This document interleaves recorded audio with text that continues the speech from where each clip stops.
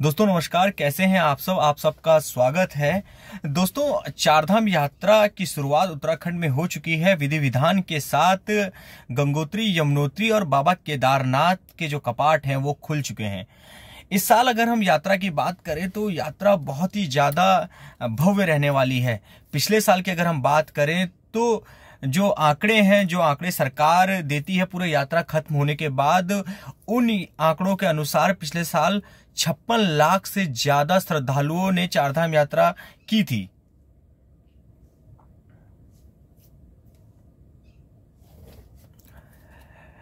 और इनमें से सबसे ज्यादा जो यात्री हैं, लगभग 19 लाख से ज्यादा यात्री जो हैं वो अकेले बाबा केदारनाथ के दर्शन के लिए या बाबा केदार के दर्शन के लिए पहुंचे थे।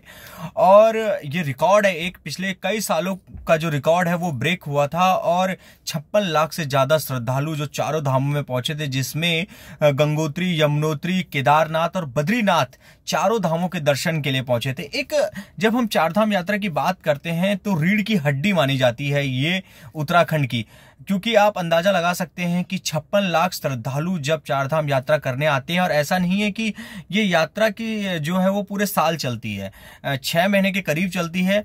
और इन 6 महीने में अगर 56 लाख श्रद्धालु किसी प्रदेश में पहुंच रहे हैं तो आप अंदाजा लगा सकते हैं कि उस प्रदेश को कितना लाभ होता है। मंदिर अगर समितियों की बात करें तो उन्हें तो लाभ होता ही है। इसके साथ ही एक होटल चलाने वाले से लेकर एक पानी की बोतल बेचने वाला, जो रास्ते में जो है नींबू पानी पिलाते हैं, जो खीरा खिलाते हैं, इसके साथ ही जो गाड़ी चलाते हैं, इन सब को जो है फायदा होता है, उनके घर चलते हैं। और जब ये सब कुछ होता है तो सरकार को टैक्स मिलता है। यानी कि आप अंदाजा लगा सकते हैं कि एक चारधाम यात्रा कितनी बड़ी होती है। कई लोग कहते हैं कि मंदिर क्या देते हैं, तो आप उत्तराखंड में आकर पूछिए कि मंदिर क्या देते हैं। चारधाम यात्रा में जो 4 मंदिर हैं, सिर्फ 4 मंदिर, वही आप अंदाजा लगाइए कि करोड़ों रुपए उत्तराखंड को देते हैं। और ऐसा नहीं है कि सिर्फ सरकार को देते हैं, उसमें एक ढोल बजाने वाला भी रहता है। इसके साथ ही अगर देखा जाए तो एक पानी जो बेचने वाला भी रहता है। उसके साथ ही होटल में जो होटल का मालिक रहता है, होटल में काम करने वाला रहता है, होटल में जो खाना खिलाता है वो रहता है। यानी कि ये सभी के घर चारधाम यात्रा में चलते हैं। इसके साथ ही अगर देखा जाए तो बहुत सारी चीजें हैं। और यात्राओं की तो बिल्कुल बंद कर दीजिए। कई लोग यहाँ पर जो है ऋषिकेश, हरिद्वार, और वैसे तो पर्यटक यहाँ पे आते ही हैं साल भर, तो उन्हें छोड़ दीजिए। सिर्फ हम इन 4 मंदिरों की बात करें तो पिछले साल 56 लाख श्रद्धालु आए थे और अकेले 19 लाख से ज्यादा बाबा केदार के दर्शन के लिए आए थे। अब इस साल की यात्रा की बात करें तो 10 मई से यात्रा शुरू हो चुकी है और अब ये यात्रा चलेगी 6 महीने के लिए। कल 10 मई से यात्रा शुरू हुई बाबा केदार के दर्शन के लिए। अकेले अगर आपको बताएं तो कल जो है वो 16,000 से ज्यादा श्रद्धालु पहुंचे थे। और अगर हम गंगोत्री और यमुनोत्री की बात करें तो वहां पर भी बड़ी संख्या में श्रद्धालु पहुंचे थे। एक रूट होता है गंगोत्री, यमुनोत्री, केदारनाथ, बद्रीनाथ, पूरे रूट में भी कई लोग जो है वो चारों धामों के दर्शन करते हैं। कई लोग एक धाम का, खासतौर पर बद्रीनाथ धाम का ही करने के लिए दर्शन के लिए आते हैं। कई बद्रीनाथ का दर्शन करने के लिए आते हैं, भगवान बद्री विशाल के दर्शन करके जाते हैं, बाबा केदारनाथ के दर्शन करते हैं और यमुनोत्री, गंगोत्री के दर्शन करने के लिए भी आते हैं। इसके साथ अगर बात करें अभी तो सिर्फ अगर मैं ऑनलाइन रजिस्ट्रेशन की बात करूं, क्योंकि मैं ये आपको बताना चाहता हूं कि इस साल सभी रिकॉर्ड टूटने जा रहे हैं और बहुत बड़ी संख्या में इस साल श्रद्धालु आने वाले हैं। बहुत बड़ी संख्या में श्रद्धालु आने वाले हैं। हो सकता है कि पिछले साल जो 56 लाख का जो रिकॉर्ड था वो भी इस साल टूट जाए और इस साल 56 लाख से भी ज्यादा श्रद्धालु इस बार चारधाम यात्रा करने के लिए आए। कुछ भी हो सकता है, क्योंकि बहुत बड़ी संख्या में श्रद्धालु पहुंच रहे हैं। और सबसे बड़ी बात यह कि मैं आपको सिर्फ एक अगर बताऊं तो ऑनलाइन जो रजिस्ट्रेशन हुए, ऑनलाइन नहीं ऑफलाइन है, अभी तक जो रजिस्ट्रेशन हुए उसमें 23 लाख 57,393 लोग, जो सरकार ने जो आंकड़े जारी किए हैं उसमें इतने लोग अभी तक रजिस्ट्रेशन करवा चुके हैं। यमुनोत्री के लिए जो है लगभग 3,68,000 से ज्यादा श्रद्धालुओं ने अपना रजिस्ट्रेशन करवाया है। गंगोत्री के लिए जो है वो 4,21,000 से ज्यादा श्रद्धालुओं ने कराया है। केदारनाथ के लिए सबसे ज्यादा 8,07,000 से ज्यादा श्रद्धालुओं ने अपना रजिस्ट्रेशन अभी तक करवा चुके हैं। बद्रीनाथ के लिए भी जो है वो 7,10,000 से ज्यादा श्रद्धालु अपना रजिस्ट्रेशन करवा चुके हैं। इसके साथ ही 5वां धाम जो उत्तराखंड का कहा जाता है हेमकुंड साहिब, वहां के लिए भी 50,000 से ज्यादा श्रद्धालुओं ने अपने रजिस्ट्रेशन करवा दिया है।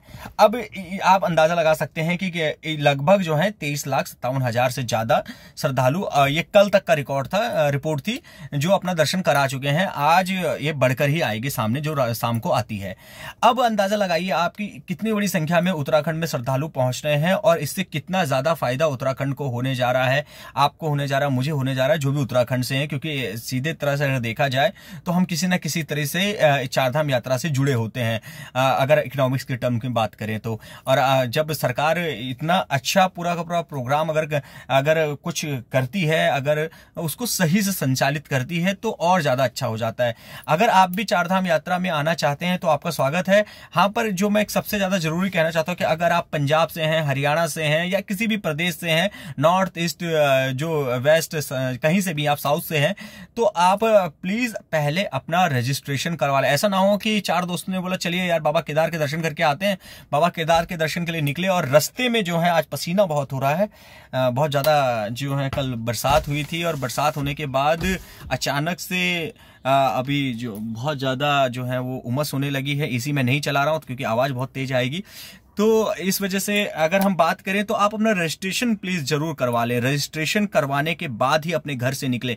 होटल बुक करा लें क्योंकि होटल पूरी तरह से बुक है। अगर आप प्राइवेट व्हीकल में जाने का सोच रहे हैं तो प्लीज आप पहले अपने कोई, जो भी आप चाहते हैं, किसी ट्रैवल एजेंसी से अपनी गाड़ी बुक करा लें, तभी अपने घरों से निकले। ऐसा ना हो कि आप लोग उत्तराखंड आ जाएं, आप लोग हरिद्वार में खड़े रहें और पता चले कि आपको गाड़ी नहीं मिल रही है। जो एक गाड़ी लगभग 50,000 रुपए की चारों धामों की होती है, उसके लिए आपको 80,000 70,000 देने पड़ रहे हैं।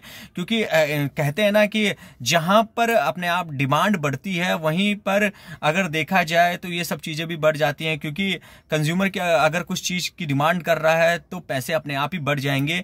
और ऐसा ना हो कि आपको यहां पर आकर परेशानी का सामना करना पड़े। तो अपने घरों से अगर निकल रहे हैं तो रजिस्ट्रेशन करके निकलें। और रजिस्ट्रेशन के साथ ही कोशिश ये कीजिए कि आपकी यात्रा बहुत अच्छी रहे। होटल बुक करा लीजिए और कहीं घूमने जा रहे हैं तो वहां पर भी हो, क्योंकि कई लोग ऐसे होते हैं जो सोचते हैं कि चोपता चल लेते हैं, कोई रुद्रनाथ जाना चाहता है, कोई सोचता है कि यार जब आए हैं तो हम भगवान तुंगनाथ के दर्शन कर लेते हैं। तो इसलिए आप अपने पूरी तैयारी के साथ आए। अगर आपका जो भी रूट है, जो भी वो है, वो तय कर लें, आप बात कर लें। अगर किसी स्थानीय से आपकी बातचीत हो रही है, किसी ट्रैवल एजेंसी से बात हो रही है, तभी अपने घर से निकले। आपकी यात्रा बहुत अच्छी रहेगी। क्योंकि अगर आप लोग उत्तराखंड में आएंगे तो उत्तराखंड, जिस तरह से मैंने बताया कि रीढ़ की हड्डी है, अगर हम चारधाम यात्रा की बात करें तो हम आपका स्वागत करते हैं। जो भी श्रद्धालु चारधाम यात्रा जाना चाहता है उसका स्वागत है, पर पूरी तैयारी के साथ अपने घर से निकले।